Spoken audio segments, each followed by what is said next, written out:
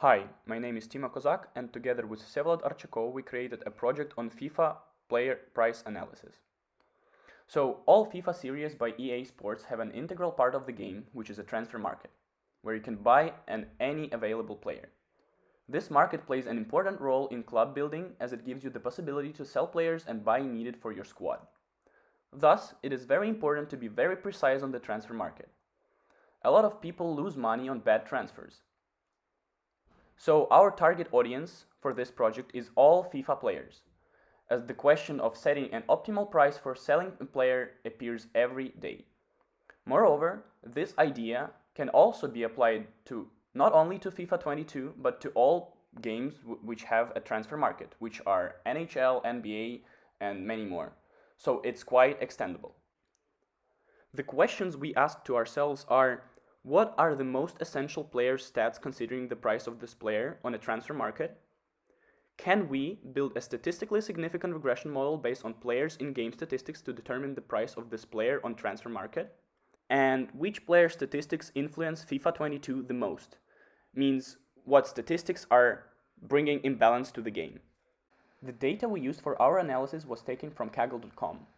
It contains more than 17,000 unique entries with players' stats, which are player speed, shooting power, passing ability, player dribble, player defense, physicality, skills rating, weak foot skills, player rating, player position, card version, body info, and popularity. Here are a few words about the approach we decided to take. We processed the data from Kaggle and converted all features to be in a sufficient format. We also removed all values below 1000 coins, as the players tend not to rely too much on player statistics when selling for such a low price. After that, we applied 3 sigma rule to remove all the leftover outliers. Then, grouped data on 4 categories and analyzed each of them independently, as different roles in the game require different skills. Those categories are attackers, midfielders, defenders, and goalkeepers. We created a cross-correlation chart to choose the best features for the OLS model. Then, we built those models for every category of players and tested it by the R-squared and p-value for each feature. The first thing to mention about all 4 cross-correlation charts is that feature rating has high correlation almost with all other features, which is logical because rating is constructed as an aggregation from all other statistics. From the first cross-correlation chart, we can identify a set of independent variables which we will use for OLS. Such variables are weak foot, shooting, pace, and physics. As we can see from OLS regression results, R-squared is not significant but acceptable. In terms of p-values for explanatory variables, it is rather small, so we cannot reject the null hypothesis that these variables do not affect the price. From the perspective of FIFA 22, it is quite logical as speed means a lot in the game, and especially for attackers. The shooting with physics is very important because they run a lot during the game and need to finish moments with maximum realization. From the cross-correlation chart for midfielders, we can also identify a set of independent variables which we will use for OLS. That will be skills, passing, pace, and dribbling. The results of OLS are almost the same as for attackers, and it is acceptable. In comparison to the attackers, here we can see that dribbling skills and passes play a role. It is right, because midfielders are those who basically create goal moments for attackers.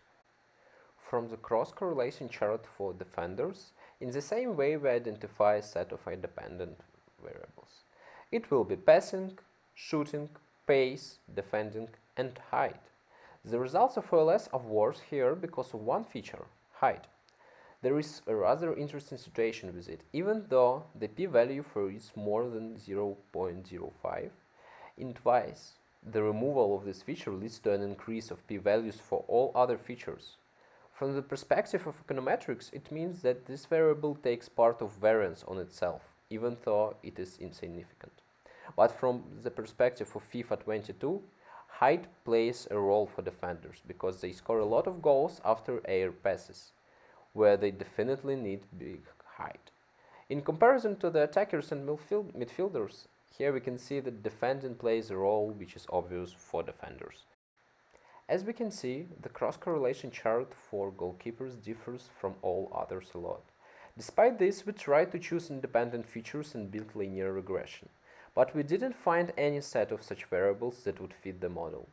As goalkeepers in FIFA have additional stats to describe their goalkeeping skills, which this dataset is lacking, it is obvious that we weren't able to reach a decent R-squared value on the goalkeepers. So, we still included goalkeepers to show that there is no set of variables among the ones we have that will properly explain the price of goalkeepers. After all the analysis, we observed that speed influences FIFA22 the most, so it brings imbalance to the game.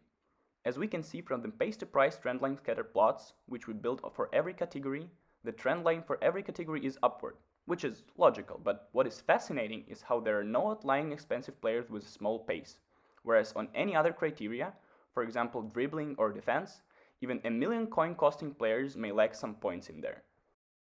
So while you're watching this footage from FIFA22, we want to say thank you for paying attention to our report, and as they say in FIFA, GGVP, good game, well played.